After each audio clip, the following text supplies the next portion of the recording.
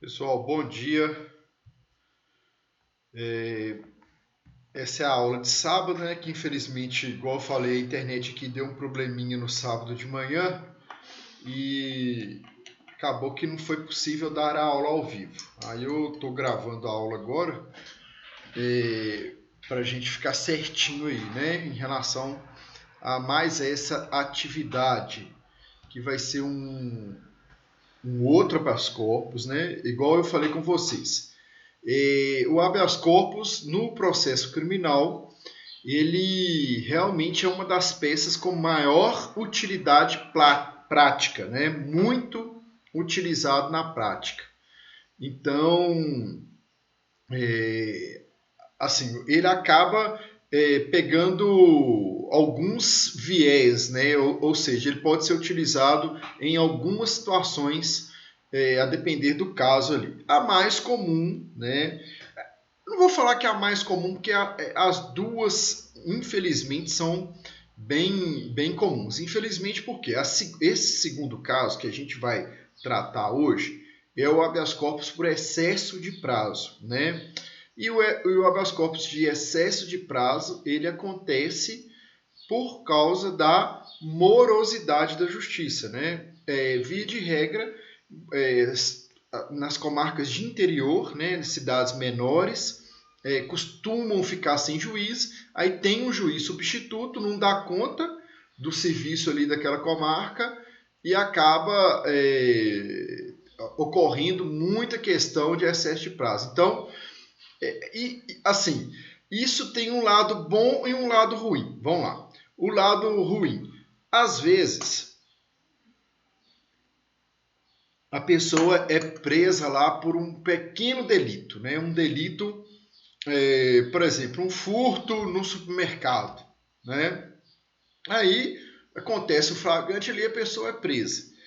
E a pessoa é pobre, não tem advogado, a família às vezes já está de saco cheio ali, né, da pessoa aprontando e tal, não corre atrás, a pessoa fica lá presa por causa de um delito desse aí, às vezes uns 6, 7, 8 meses, né, um ano, né? Aí o que acontece? Às vezes você vai o advogado, né? Você, quando eu falo você, é o advogado, advogada, vai lá no presídio conversar com o cliente dele e chega lá, acaba que o seu cliente fala, olha, tem um rapaz aqui que está preso tem muito tempo, ele queria conversar com um advogado, mas ele não tem condições, não teria como o senhor tirar ele da cela? Aí o advogado pega e tira da cela, ou às vezes a própria OAB ali daquela comunidade faz um tipo mutirão, né? Enfim, acontece alguma situação que se descobre ali, né, que aquele cara está preso há muito tempo, sem uma justa causa. Aí o advogado pega e interpõe um habeas corpus per excesso de prazo, ele sai na hora, né? Por quê? Por exemplo, olha só, no tráfico de drogas, né? No tráfico de drogas, a jurisprudência, porque não tem lei que fala isso, tá, gente? A jurisprudência construiu o entendimento de que seriam no máximo aí 6 meses, 180 dias, para entre a data da prisão em flagrante e a data da audiência de instrução e julgamento, ou seja, quando a pessoa será colocada ali na frente do juiz. Aí o que acontece? A comarca às vezes fica sem juiz, né? E a pessoa fica ali preso 250 dias. Aí isso é bom? Aí nesse caso, tráfico de drogas é bom, porque vocês pensam, né? O cara ficou preso 250 dias. Ele foi pego lá com 2 quilos de entorpecente, balança, tudo, né? Tudo que caracterizasse ali o tráfico de drogas. Com certeza ele seria condenado. Ficou sem juiz lá, você soltou o cara no habeas corpus, com certeza ele vai sair, se ele tiver preso 250 dias lá e o advogado interpor um habeas corpus por excesso de prazo, ele vai sair, Aí o que acontece? Ele saindo, vai ser bem vantajoso para ele, né? Por quê? Por que vai ser vantajoso? Porque, igual eu tô falando, com certeza ele seria condenado, ele ficaria preso muito mais tempo. Aí você solta o cara ali no habeas corpus com 250 dias, depois o réu solto não tem preferência de sentença, a sentença dele vai para o escaninho do réu solto e dificilmente vai ser julgado aí, né? Vai custar para ser julgado e tal. Então, assim, é vantajoso nesse caso. O habeas corpus dessa atividade nossa, dessa próxima atividade nossa, ele é bem interessante, viu, gente? O que acontece? É um habeas corpus que também foi construído aí um entendimento há pouco tempo, né? Foi superada aí uma súmula do STJ, tá?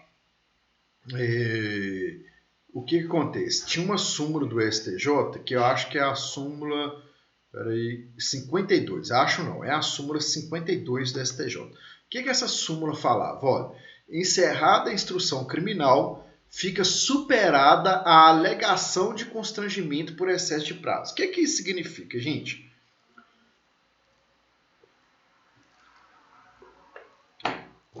Acontecia ali nesse exemplo que eu dei de tráfico de drogas. Vamos colocar que o cara foi preso lá em janeiro de 2021. Aí chegou em junho de 2021, na hora que estava dando 6 meses que ele estava preso, teve a audiência de instrução e julgamento. Aí não há que se falar em excesso de prazo lá por aquela questão dos 180 dias que eu falei com vocês, né? Beleza. Antes, qual que era o entendimento do STJ, né? Era no seguinte sentido. Feita a audiência, não há que se falar mais em excesso de prazo, né? Ou seja, acabou a audiência de instrução e julgamento, aí o juiz podia demorar aí 2 anos para julgar o processo, né? Só que o que aconteceu? Começou a ter muitos questionamentos em relação a essa situação. Obviamente, dos advogados criminalistas estavam questionando isso. Falavam, olha, tem gente que acabou a audiência, já tem 1 ano e não saiu sentença.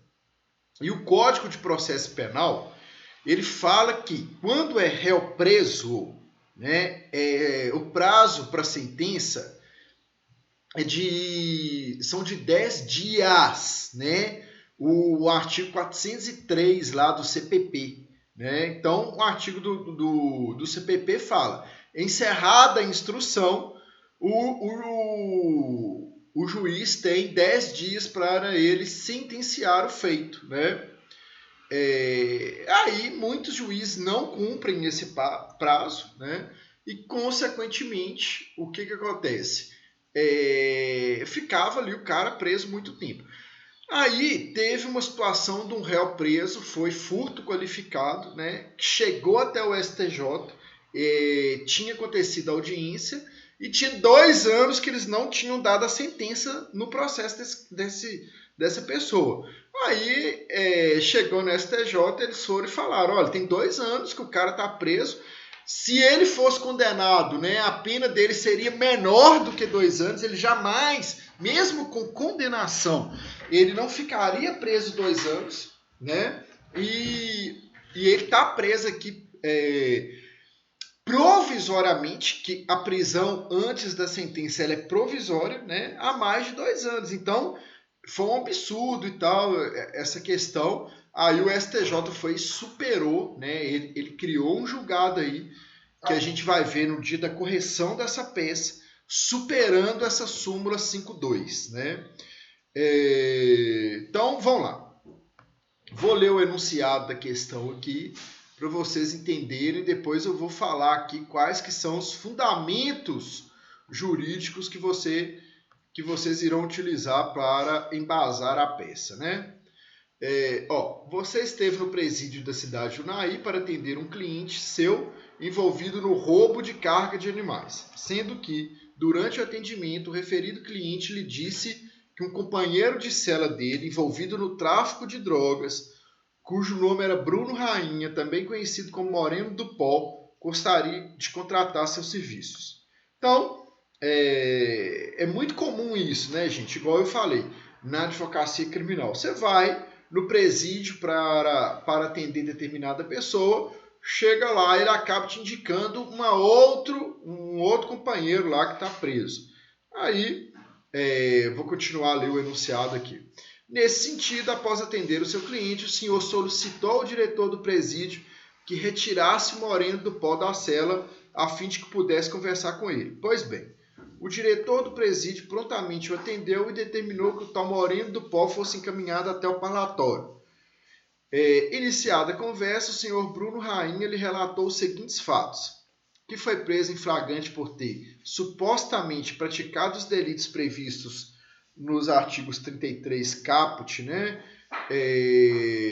Na forma do artigo 71 do Código Penal, combinado com o artigo 40, inciso 15 e artigo 35, ambos da Lei 11.343, que é a lei de tráfico, né? Na forma do artigo 69 do Código Penal.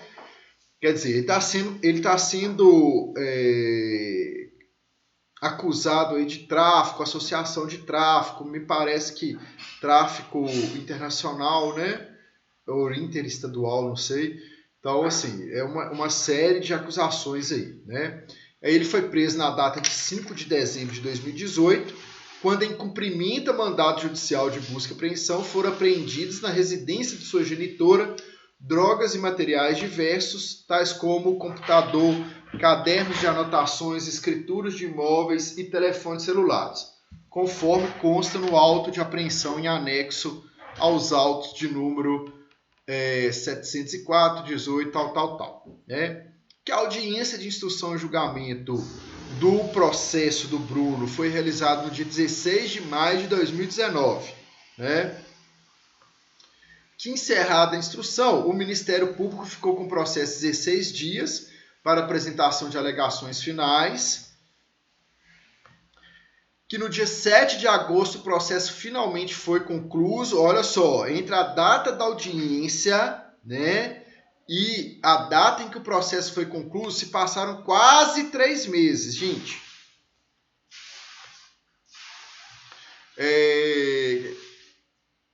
E que neste intervalo de tempo, face à ausência de magistrado, na comarca de Unai,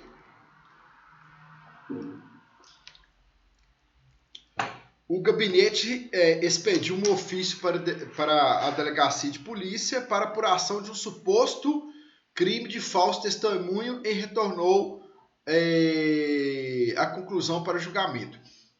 Por que eu coloquei isso aqui no enunciado, gente? É para mostrar para vocês como que funciona na prática, né? Porque o advogado tem que ficar muito atento. O processo tinha quase 3 meses que ele estava concluído para julgamento. Aí, o que a secretaria fez? Ela fez lá tipo uma maquiagem, né? Como que funciona essa maquiagem?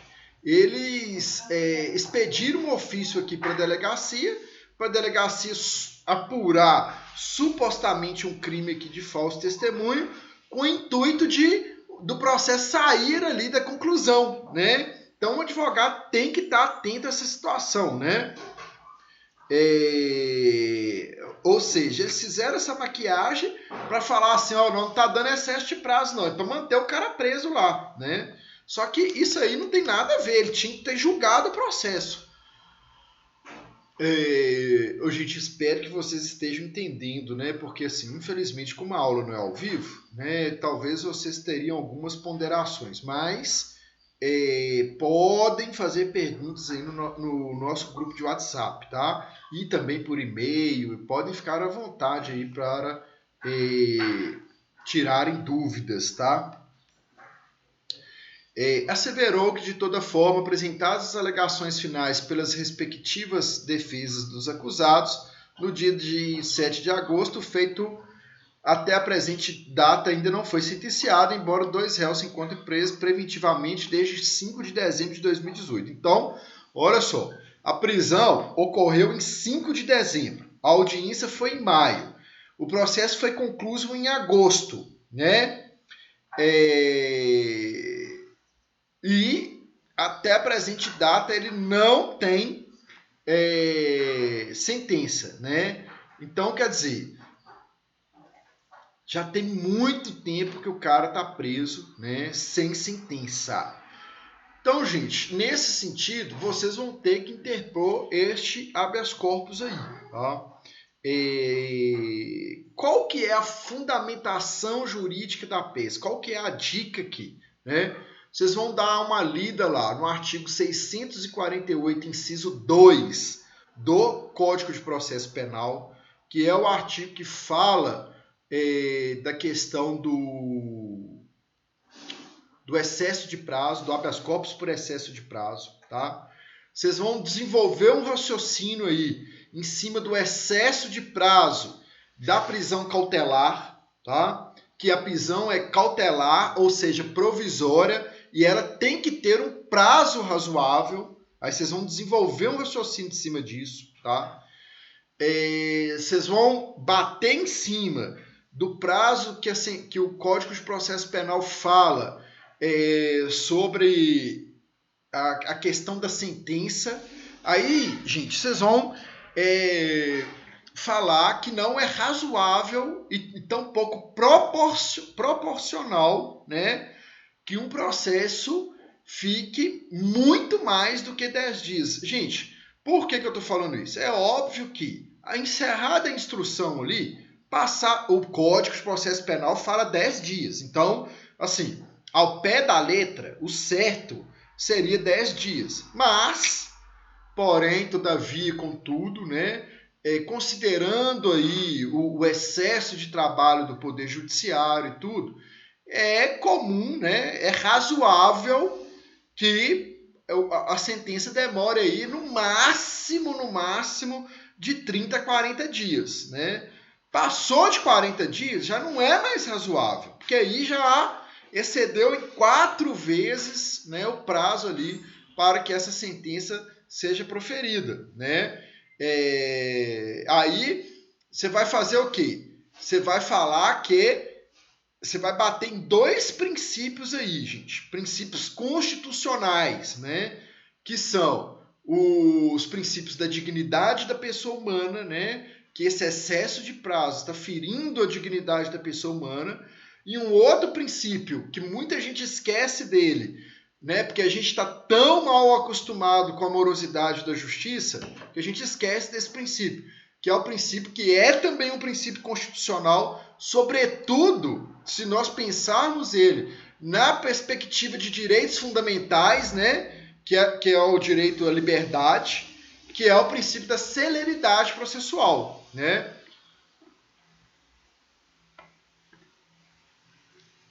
Esse princípio da celeridade processual, ele vai irradiar aí sobre toda a sistemática processual, né?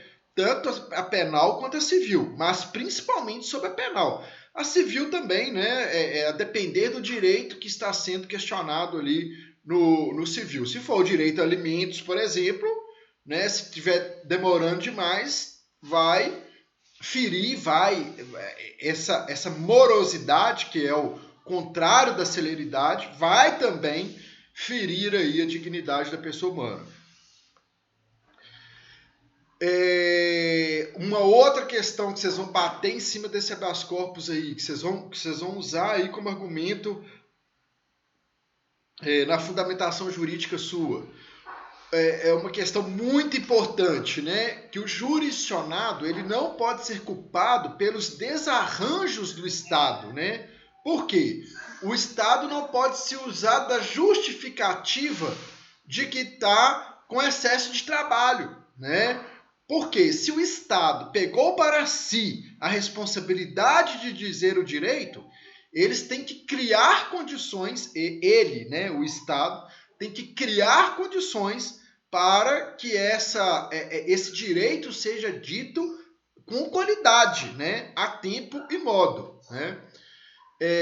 A comarca sem juiz não é problema do paciente, tem que desenvolver um raciocínio disso aí, né?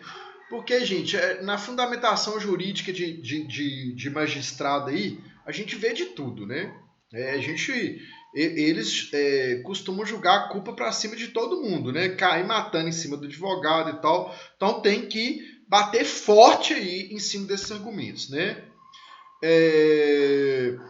Falar sobre aquela questão lá que eu falei, ó, o juízo de Unai, por intermédio do magistrado substituto, realizou uma manobra com o intuito de maquiar o excesso de prazo em que o feito encontra-se para o julgamento, né? Se encontra para julgamento, então vai falar, ó, foi expedido um ofício para DEPOL aqui para apuração de um crime de falso testemunho, mas isso aqui como se diz, né? Foi com o único objetivo de maquiar o andamento processual. Eles quiseram tirar o processo da conclusão e voltar com ele concluso de novo.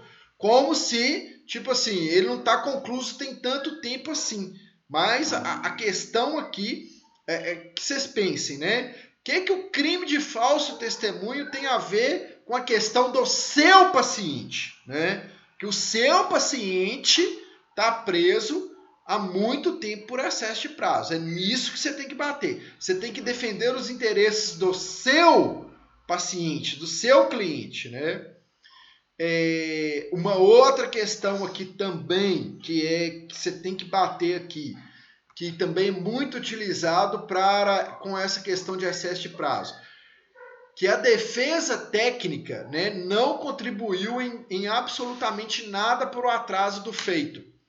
Por isso que consta lá no enunciado o tempo que a defesa técnica permaneceu com o processo para apresentação das alegações finais, né? Justamente para mostrar que a defesa, porque tanto a defesa quanto o Ministério Público, eles têm um prazo pré-estabelecido para a apresentação das alegações finais.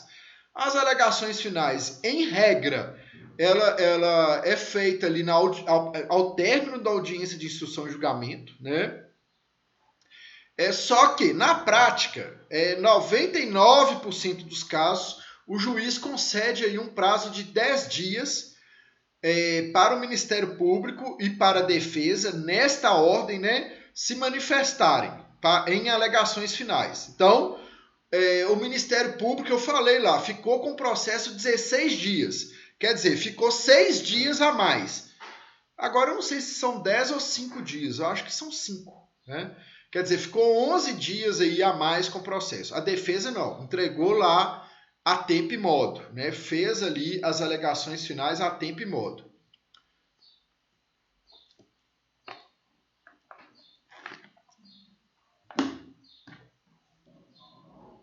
Então, todos esses argumentos serão utilizados aí para desenvolver a peça.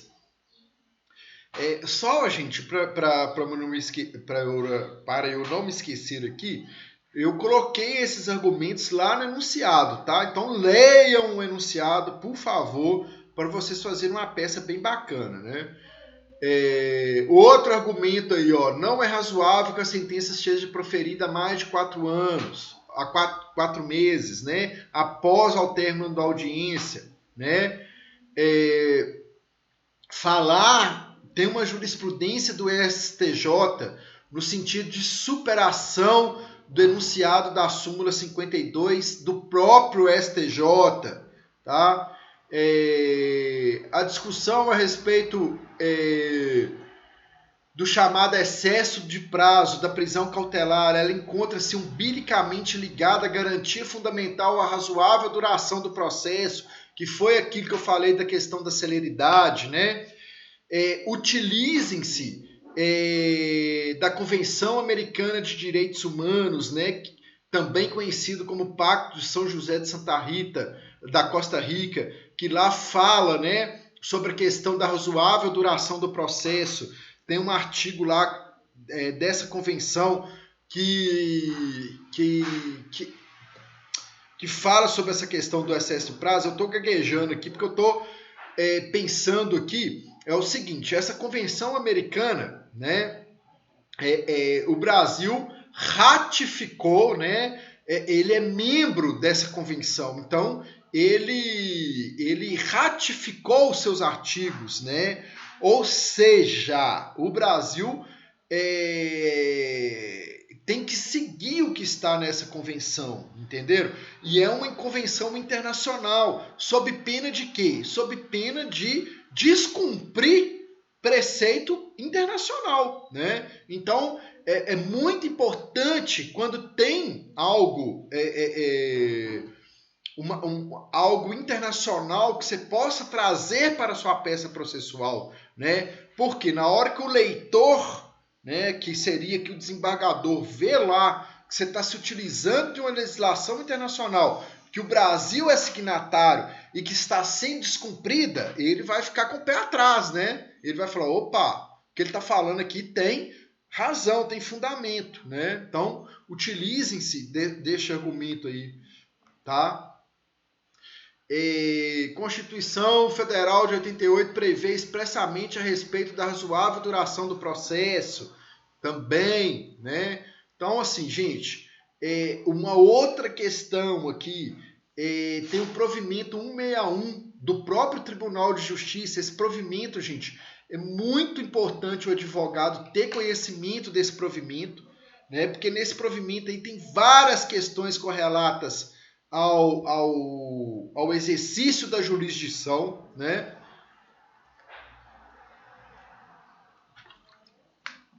Então, assim, é muito interessante o advogado ter conhecimento deste provimento aí, tá?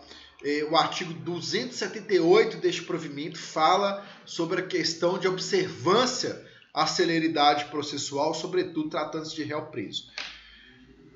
Gente, eu olhei aqui, são 14 tópicos, né, para serem colocados aí, 14 tópicos com fundamentação jurídica para ser colocado no habeas corpus. Aí, a pessoa pode estar pensando assim, não, o habeas corpus vai ficar gigante, né, vai ficar muito grande e tal. Não, gente, não significa que você não possa falar de todos esses tópicos de uma maneira bem objetiva, né? Vai tratando aí dessa questão de uma maneira bem objetiva. E assim, eu espero que vocês leiam aí tópico por tópico, gente, entendam, dêem uma aprofundada, uma estudada aí para estarem fazendo esse habeas corpus, que é muito interessante, né? Um habeas corpus assim com a fundamentação jurídica extremamente interessante, tá? Para que vocês possam aí desenvolver o raciocínio jurídico, poder enxergar o que é aí assim, um combate, né, ao descaso assim, do Poder Judiciário na prática, tá bom? Então, beleza. Qualquer dúvida podem me perguntar aí nos nossos grupos, nos nossos canais de comunicação. Tenham uma boa semana aí, fiquem com Deus, tá?